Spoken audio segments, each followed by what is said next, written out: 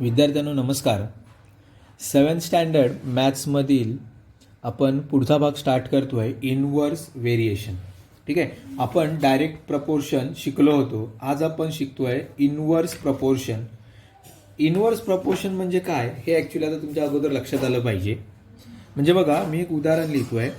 Suppose Sudha has to solve 48 problems in the problem set. सुधाला problem सेटमधली 48 गणितं सोडवायची आहेत. ठीक आहे, आता जर तिने एका दिवसाला एक गणित सोडवलं तर तिला 48 प्रॉब्लेम सोडवण्यासाठी 48 दिवस लागतील, बरोबर. पण तिला जर समजा तिने दिवसांची संख्या कमी करायचा किंवा वाढवायचा प्रयत्न केला, म्हणजे नंबर ऑफ डेज जर 2 डेज गेले, 2 दिवसात जर तिला सोडवायचं असेल तर 2 दिवसात तिचे किती प्रॉब्लेम सॉल्व्ह होतील, तर 24 प्रॉब्लेम्स सॉल्व्ह होतील. म्हणजे 2 दिवसामध्ये 24 गणितं तिची सोडून होतील, बरोबर. 3 दिवसामध्ये तिची 16 गणितं सोडून होतील. म्हणजे काय होते बघा, लक्षात घ्या. जर तिला 48 प्रॉब्लेम सोडवायचे असतील, समजा तिला 6 दिवसात ती गणितं सोडवायची आहेत, तर एका दिवसाला किती प्रॉब्लेम सोडवावे लागतील, तर एका दिवसाला तिची 8 गणितं पूर्ण होतील. ओके, म्हणजे बघा, इनवर्स प्रपोर्शन आपण जेव्हा करतो तेव्हा एक संख्या जेव्हा वाढत जाते तेव्हा ही दुसरी संख्या जी आहे ही बघा कमी कमी कमी होत चालली. 1 2 3 4 संख्या वाढत चालली आहेत. ओके, आणि इकडची संख्या कशी चालली आहे, कमी होत चालली. मग असं जेव्हा होतं, एक साईडची संख्येची किंमत वाढत जाते आणि दुसऱ्या साईडच्या संख्येची किंमत जेव्हा कमी होत जाते तेव्हा त्याला आपण बोलतो इनवर्स व्हेरिएशन किंवा इनवर्स प्रपोर्शन. अजूनही तुमच्या लक्षात आलं नसेल तर हेच गणित मी अजून थोड्याशा वेगळ्या पद्धतीने तुम्हाला समजावून सांगतो, म्हणजे तुम्हाला लक्षात येईल इनवर्स व्हेरिएशन म्हणजे काय. बघा, suppose Sudha has to solve 48 problems in the problem set.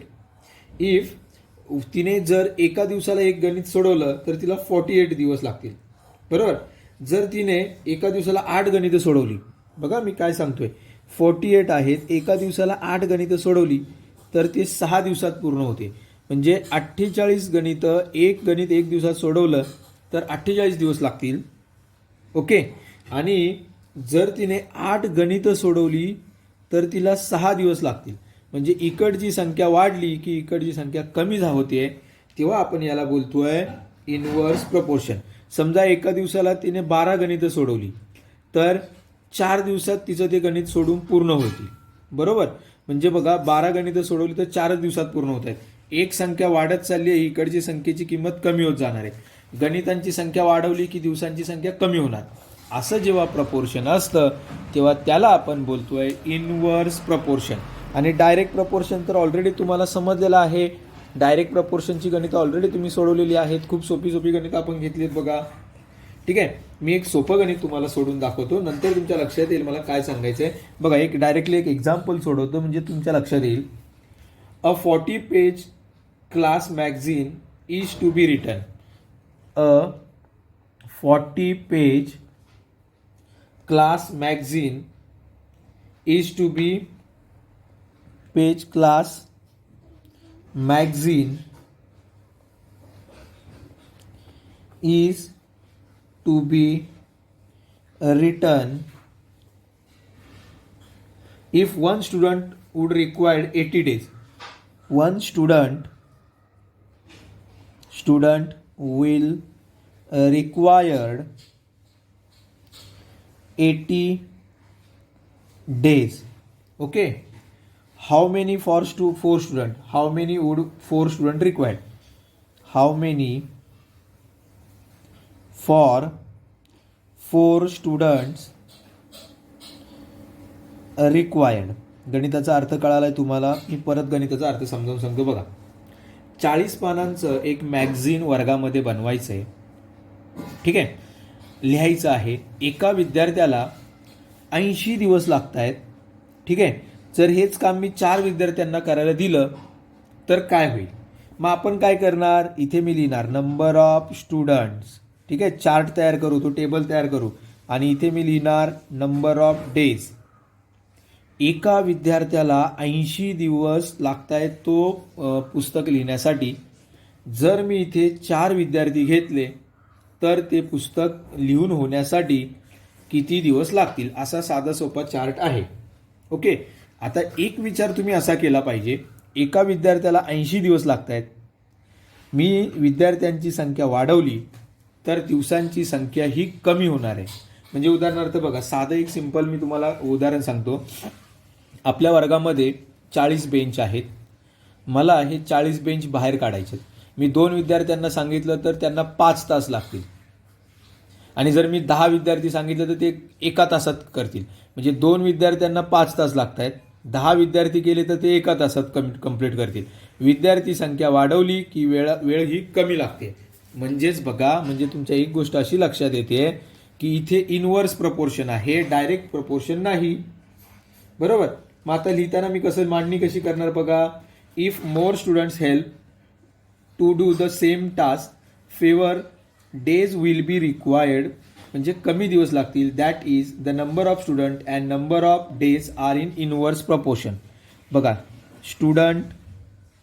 Students and days are in inverse proportion.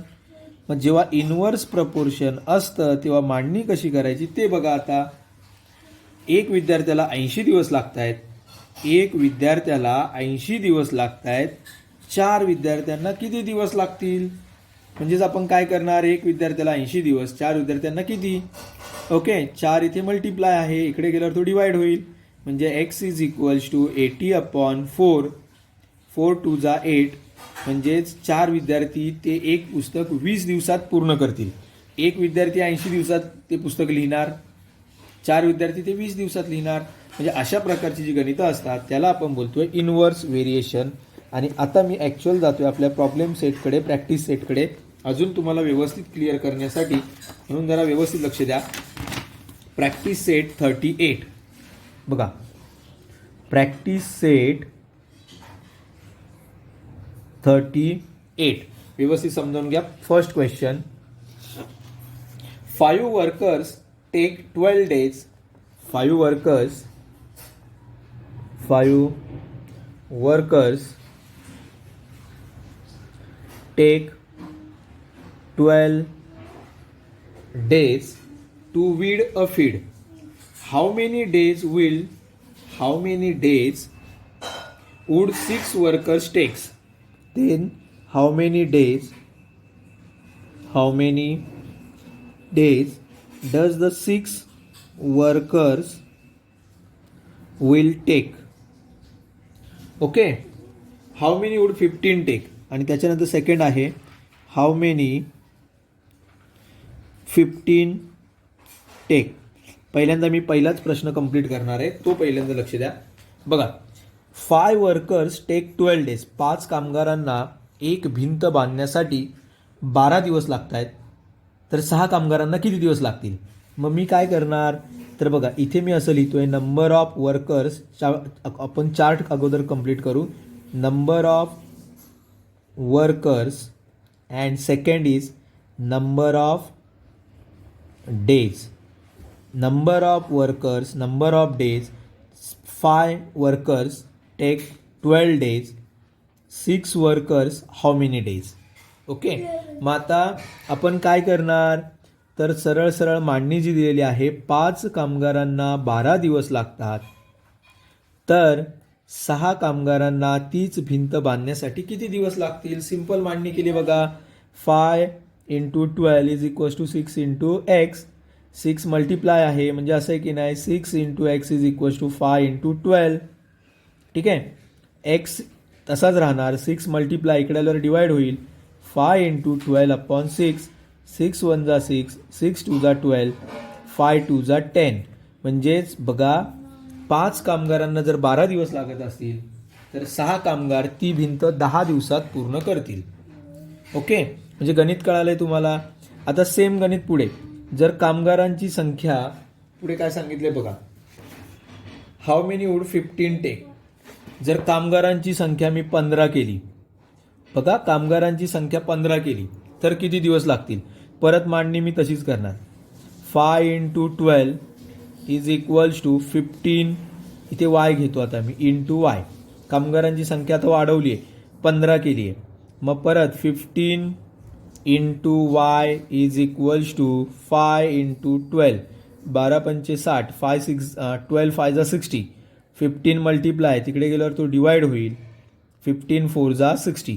म्हणजे बघा, जर 5 कामगारांना 12 दिवस लागतात तर 6 कामगारांना 10 डेज लागतील. 6 वर्कर्स विल टेक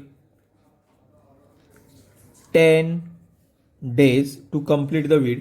आणि जर कामगारांची संख्या 15 केली, 15 वर्कर्स विल टेक 4 डेज. म्हणजे आता तुमच्या गणित लक्षात येते कशी मांडणी करायची आहे. म्हणजे तुम्हाला मांडणी करता आली पाहिजे. गणित मांडता आलं की तुम्हाला सोडवता येणार आहे. ओके, आपण पुढे जाऊ. चला बघा, मला असं वाटतं तुम्हाला हे गणित समजलं असेल. नाही समजलं तर पुन्हा तो व्हिडिओ पहा, समजावून घ्यायचा प्रयत्न करा. पुढचं गणित मी समजावून सांगणार आहे तुम्हाला. क्वेश्चन नंबर 2, तोही तुमच्या लक्षात आला पाहिजे. बरोबर व्यवस्थित समजावून घ्या. Practice set 38. Practice set 38. चला बघा, Mohanrao took 10 days to finish a book. बघा, Mohanrao take 10 days to finish a book reading of 40 page. Reading of 40 pages. Mohanrao 40 पेजेसचं एक पुस्तक वाचण्यासाठी 10 दिवस घेतात. How many pages must be read in the day to finish at 8 days. जर त्यांना पुस्तक 8 दिवसात पूर्ण करायचं असेल, हाऊ मेनी पेजेस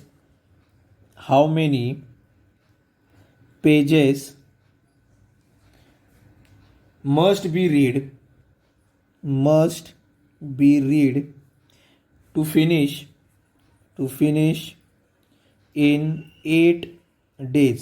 बघा, परत एकदा मांडणी मी तुम्हाला करून देणार आहे, समजावून सांगणार आहे. Mohanrao takes 10 days to reading a 40 pages. त्यांना 40 पेजेसचं एक पुस्तक वाचण्यासाठी 10 दिवस लागतात. पण त्यांना जर पुस्तक 8 दिवसात संपवायचं असेल तर एका दिवसात किती पेजेस वाचावे लागतील. मग आपण काय करणार बघा, इथे मी लिहिणार नंबर ऑफ डेज. इथे लिहिणार नंबर ऑफ पेजेस. बरोबर, म्हणजे नंबर ऑफ डेज कितीच आहेत, 10. 10 दिवसात ते 40 पेजेस वाचतात. जर पुस्तक त्यांना 8 दिवसात संपवायचं असेल तर किती पेजेस वाचावे लागतील. पहिल्यांदा इथे इनव्हर्स व्हेरिएशन आहे की डायरेक्ट हेही लक्षात आलं पाहिजे. मी दिवसांची संख्या कमी करतोय, मला 8 दिवसात पुस्तक वाचायचं आहे, म्हणजे त्यांना पेजेसची जी संख्या आहे ना ती वाढवावी लागेल. म्हणजे इकडची संख्या कमी झाली की इकडची संख्या वाढते. इनव्हर्स व्हेरिएशनचं गणित आहे. Number of days and number of pages are in inverse variation. मग आपण लिहिणार 10 into 40 is equals to 8 into x. कसं, 10 दिवस लागत आहेत 40 पेज वाचायला. 8 दिवसात जर मला पुस्तक वाचून संपवायचं असेल तर किती दिवस लागतील. मग 8 into x is equals to 10 into 40. 8 multiply तिकडे गेल्यावर डिवाइड होईल. 10 इंटू 40 अपॉन 8. बरोबर, 8 इथे मल्टिप्लाय होता, तिकडे गेल्यावर डिवाइड झाला. 8 5 जा 40. 10 इंटू 5 दॅट इज 50. म्हणजेच 8 दिवसात जर त्यांना पुस्तक वाचून संपवायचं असेल तर एका दिवसात त्यांना 50 पेजेस वाचवावे लागतील. आता गणित कळालं तुम्हाला. How many pages must be read in the day to finish it in the 8 days. 50 pages must be read in a day to finish it in 8 days. 8 दिवसात पुस्तक वाचून संपवायचं असेल तर 50 पेजेस वाचावे लागतील. ओके, म्हणजे तुम्हाला आता इनव्हर्स व्हेरिएशन, इनव्हर्स प्रपोर्शन थोडं तरी समजलं असेल. ठीक आहे, आपण आज इथे स्टॉप करू. थँक्यू.